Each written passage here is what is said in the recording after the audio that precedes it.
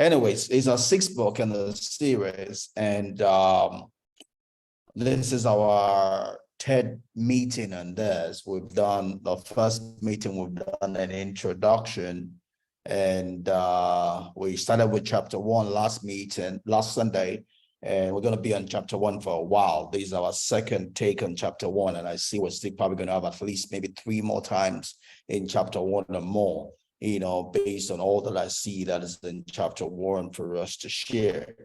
What I typically do is bring up my slide here and I run through the slide as we try to review the topic for today.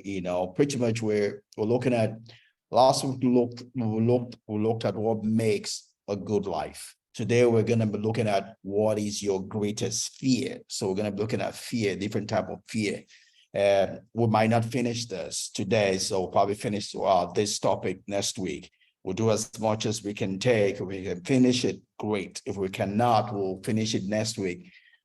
Typically, we do this for about 30 minutes, or we can run over, depending on if have one of my people come around and we have an interactive session. We could do it 30 minutes to 1 hour, thereabout. We'll see how far that goes as we talk about fear today. The title of the book again is The Good Life, right? So this whole series is talking about how to have a good life, how to be happy, how to live a happy, good life, and to preempt, the book says that the way to do that is by having quality relationships. So we're going to be talking about relationships as we go through this time together. We're going to be talking about happiness, what makes for happiness, so different things. So today we're going to focus on fear and how fear affects us or hinders us from having a quality life, hinders us from having a good life, hinders us from being happy, right? So that's what we're going to be looking at. I'm going to bring up my slides here and we'll shoot it. Seconds here, and I'm going to bring up my slide today. Again, it's a good life. That's what we're talking about. And we do have, it's written by these two guys, right? Robert Waldinger and Schulz, and Marc, right? And they work at the Harvard Center for Adult Development, right? This is a book that puts a summary of a study that's close to 80 years study, on adult development, right? They have life studies and they've recorded in the book, the results of this study, along with bringing all the materials, to talk about the topic we're looking at. So we're looking at the topic, what is your greatest fear, right? What is your greatest fear? That's what we're looking at today, so so looking at fear from different angles, right? Fear is what it is, right? But in terms of psychoanalysis, psychology, people have looked at fear, different types of fear. We're not going to look at all the type of fear, today, but we're going to look at some general fear, that will probably be a catch-all, for all the ones who probably would not mention today, but we're looking at fear as something, as a factor that hinders also having a good life, having a quality life, right? Having a happy life. It hinders our ability to relate, right? Having quality relationship, and the first fear one look at is a fear of failure, right? A lot of people don't achieve because they are scared that they're going to fail. I was listening to Jim Rohn some years ago, and he was talking about, most people fail because they don't even show up. They don't even start. It's not as if they did it and they failed. It's that they don't even show up. That fear keeps them away from day one. They don't even attempt to do what they're supposed to do. They have never even tried it to see if they might succeed. The fear keeps them away from day one. They are defeated even before trying. That's where a lot of people find themselves. And they keep on giving excuses and never even make the attempt to start. Right? So they don't have a quality life. They don't have a good life without even making an attempt to have one. They are defeated already in their mindset. They cannot see themselves succeeding. They cannot see themselves happy. They cannot see themselves having a good life. You know, someone was sharing today about someone who is 48 years old, you know, never married, never had children, you know, and attempted suicide twice. And the question is, how do you cancel such a person?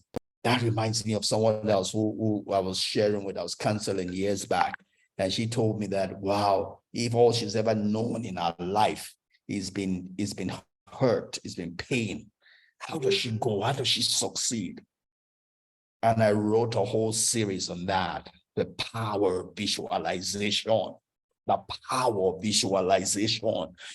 You cannot be what you cannot see. If you cannot see it, you cannot be it, right? You have to see to be. That's why it's easy for someone who has succeeded before to continue to succeed, because he has a picture, the emotions of succeeding, right?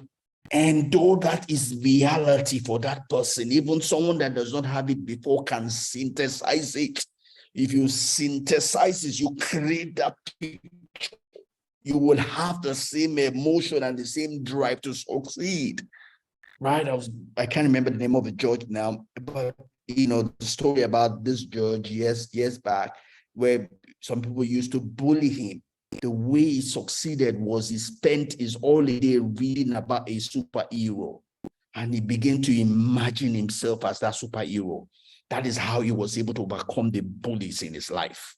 If you read my series on power visualization, you'll see that story there. It's all on my blog, on my website, on Kolaki. All right, if you look for Onkolaki, I have a website called Onkolaki, right? And it's the blog site. You will find it, the power of visualization, right? And just anybody writing, you can find that. That would help you, right? You don't have to give in to the fear of failure. You need to make attempts in life. You have to take your chances.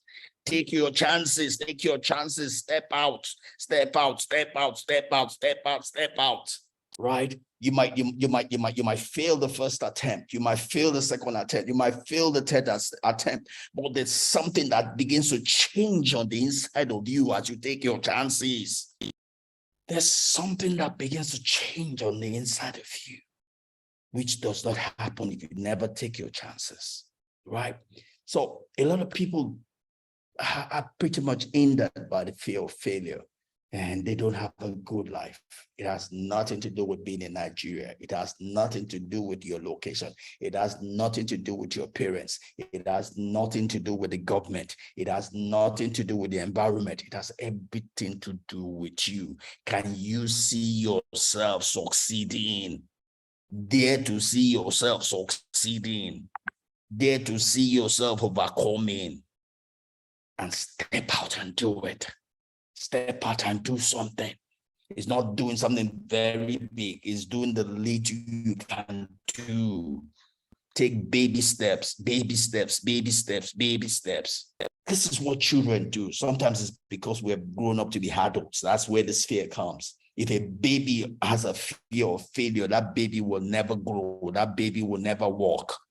You see, babies will stand up to try and walk, fall down, try again, fall down, try again, fall down, until they get it, right? Their infant mindset cannot see themselves not standing, cannot see themselves not walking. They see themselves walking. That is why they continue to try until they get it. Imagine if that baby does not try, it will never walk. We need to imbibe that baby mindset if we're going to win in life. Whatever it is you want to be, whatever thing you want to become, you need to do it. Try no matter how bad. Do it badly at first because you don't know how to do it. But as you do it badly, you learn, you get better until you can walk. Then you learn to walk, then until you can run. You learn to run until you can fly. That's going to fly the first day. You're not going to run the first day. You're not going to walk the first day. You're not going to crawl the first day. But you got to try. You have to take your chances. That's the only way you're going to make it in life, right? So we need to defeat this fear, right? By just taking up the same mindset of a child, right? If you're going to have a good life, irrespective of where you are, you have to take your chances, right? All right, let's go on to the next fear. All right, the next fear we have here is the fear of success, right? So we talked about the fear of failure. Now is the opposite, seeming opposite, the fear of success. Success has a way of changing everything about you, right? There is an opportunity cost for succeeding. It means that you might have to move away from your project to where you live to the town. It means that you might have new friends. It means that you might have a different schedule. You might not be able to run the same schedule that you run. There is something you give for succeeding. And some people don't understand that, or some people hold so tightly to what they have right now that they don't want to succeed. They don't want to lose it, but until you let go, you cannot have what you're looking for. You have to embrace life. Don't be too tied to what you have. If you truly want success, if you want a good life, you have to be willing to take the chance to grow. Take the chance to grow. Take the chance to embrace life, right? Yes, you're going to have to change some of your friends. You might have to change your environment. You might have to change your location. Your schedule might change. But that's the cost of the success that you want. Nothing goes for nothing. You have to get that clear in your mind. Nothing goes for nothing. If you're going to succeed, you have to pay a price. Question, is what you want worthy or worth the price you have to pay? Would you want to stay in the same place all your life and not grow? Because if you're going to grow, there's a price to pay. And you have to make up in your mind that what you want is bigger than the price you have to pay. You're not going to eat your cake and have it, right? Question, is the good life you're looking for worth letting go of what you presently hold on to, right? So success has, so you have to clear your mind with the fact that, there is a price to pay and you have to embrace that price, right? Embrace that price if you're going to have a good life, right? So, but that stops some people, and sometimes it's other people that influence them, because when you grow up, oh, you don't like us anymore, you don't work with us anymore, I mean, it is what it is. You did not come to this life before with those people. Before them, you had friends. After them, you will have friends. Not everybody is meant to go all the distance with you. When it gets to the bus stop, some people need to draw from your boss. Let them go. Let them go. Because if you don't let them go, they become a weight on you to keep you from fulfilling your destiny, to keep you from being happy, to keep you from expressing the fullness of who you are, right? The expression of the fullness of who you are is worth letting some people go. It's worth letting baggages drop, right? Don't be scared of that. Embrace life. Embrace what God has created you to be, right? And you'll be glad you did, right? So let's go on to the next fear, right? And the next fear we'll see here is a fear of loss, right? Some people, and the example really that they gave in this book for this part had to do with the fear of loss. We're all gonna die one day. You need to come to peace with that. We're all gonna die one day. Nobody's gonna live here forever. You're gonna love, your parents will die one day. People you love will die one day. You yourself will die one day. That which is inevitable should not disturb your life. I had one of my sisters, my little sisters, Aburo, dear one, Her sister died and she could not handle it. She mourned so much that she became paralyzed.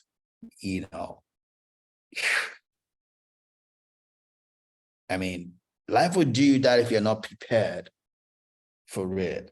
Yes, we need to come to terms with the fact of loss, where someone's going to die.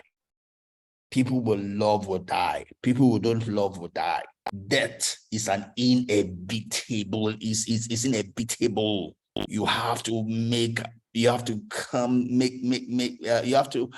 come to terms with that. Someone's dying should not destabilize your life. And there's no need to fear it because it's going to happen. So you have to make up your mind and accept the inevitability of it. We're all going to live here someday, sometime. What we pray for, like we would pray in my native language, it'll be let the days be far from one another. We don't want people to die too early, right? We don't want people to die at the wrong time in our life, right? We'll pray for that. But sometimes it happens. If it does, we need to come to terms with it. Don't let that be the reason why you are not moving your life forward. Don't let it hinder you. Don't let it hold you captive. Maybe at this point is where I need to probably talk about fear itself. Fear at a normal level is okay, right? Fear is good if it's just at a normal level, the same way anxiety is good, right? Or when we talk about anxiety disorder, is when we have an overly inappropriate anxiety that lasts longer than it should. If all we have is an anxiety and we let it go, it's okay. It is a protective mechanism that God has put into our lives, right? Because if there's no anxiety or something to prick us, we will die. We will not rise up to the requirements of life. We will not build ourselves in such a way that we can evolve, right? Fear is good because I fear burning, I will keep away from fire. Fear tells me the need to protect myself, right, in one form or the other, right?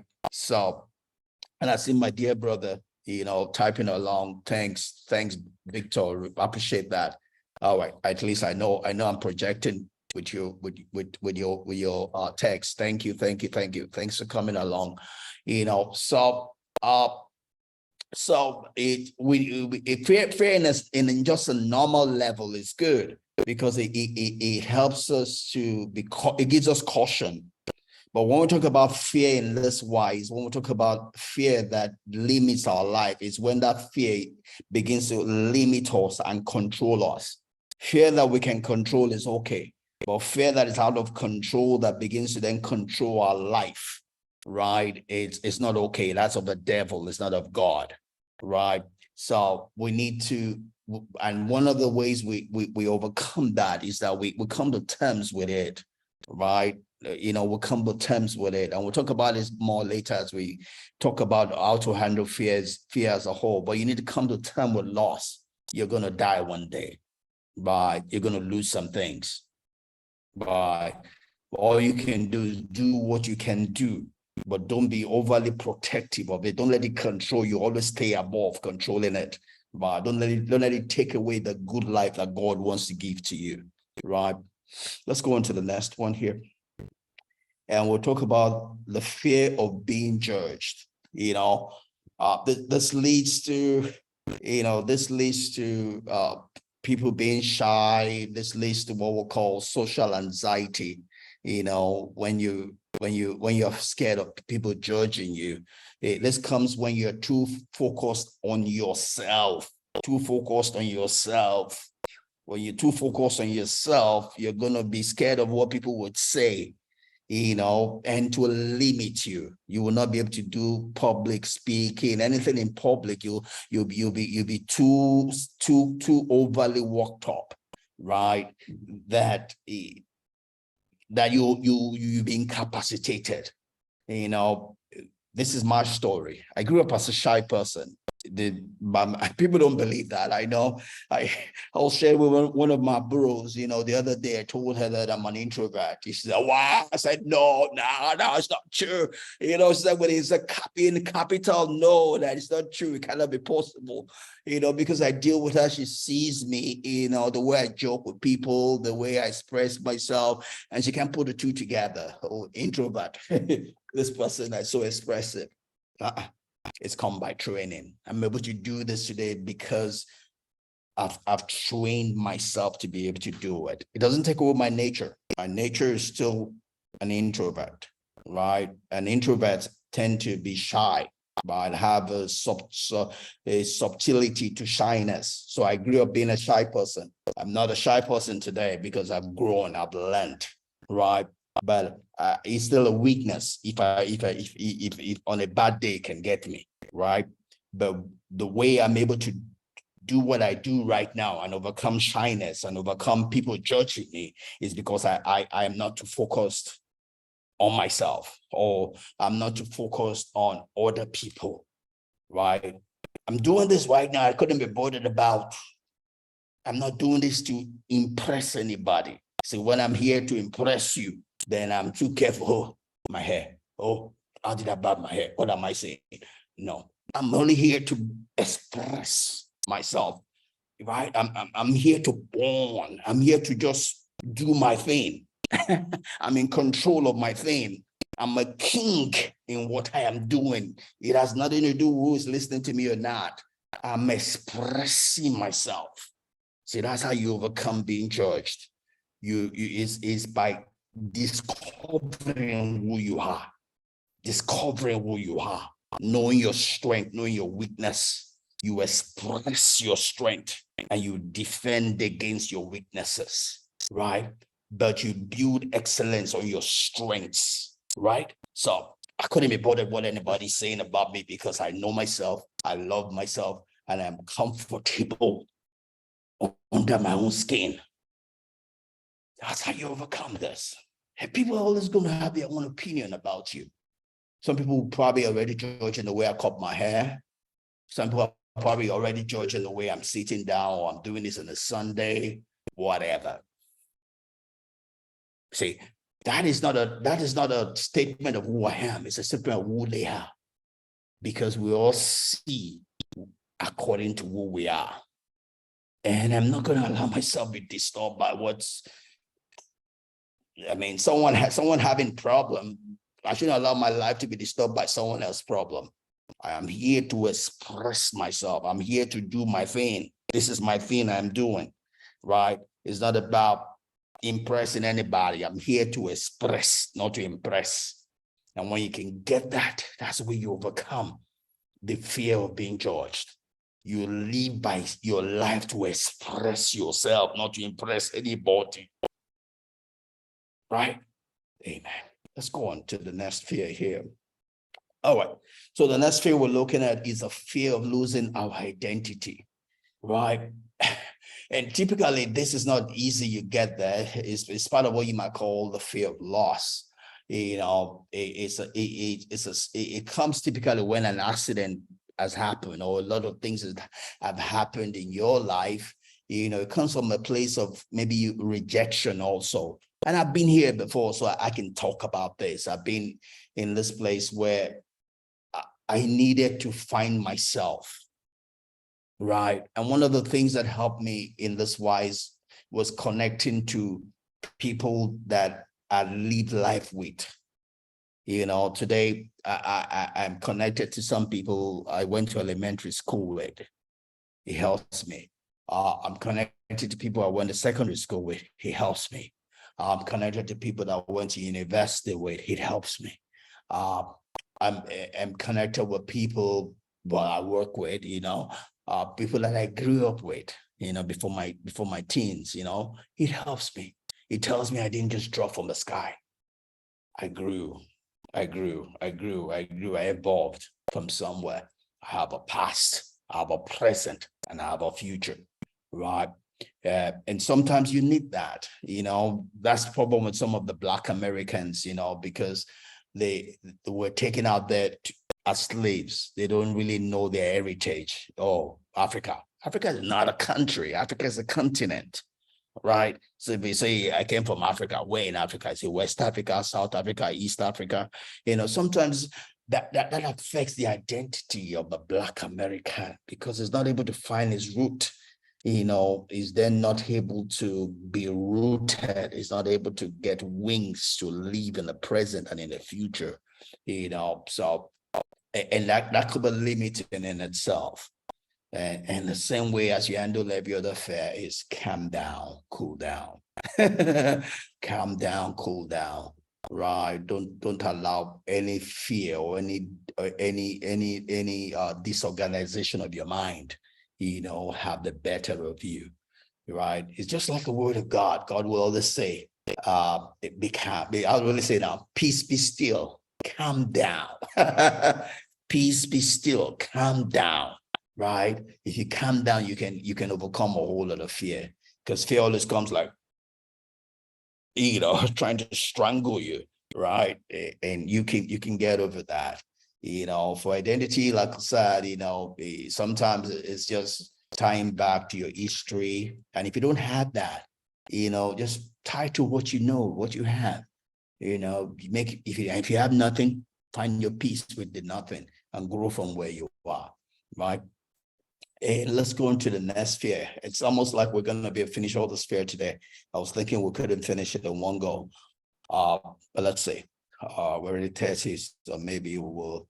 All right. So the sixth one here is a fear of who you truly are, right? So the first one is losing your identity. The other one is fear of who you truly are, and this appears sometimes in what we call what was that word for it?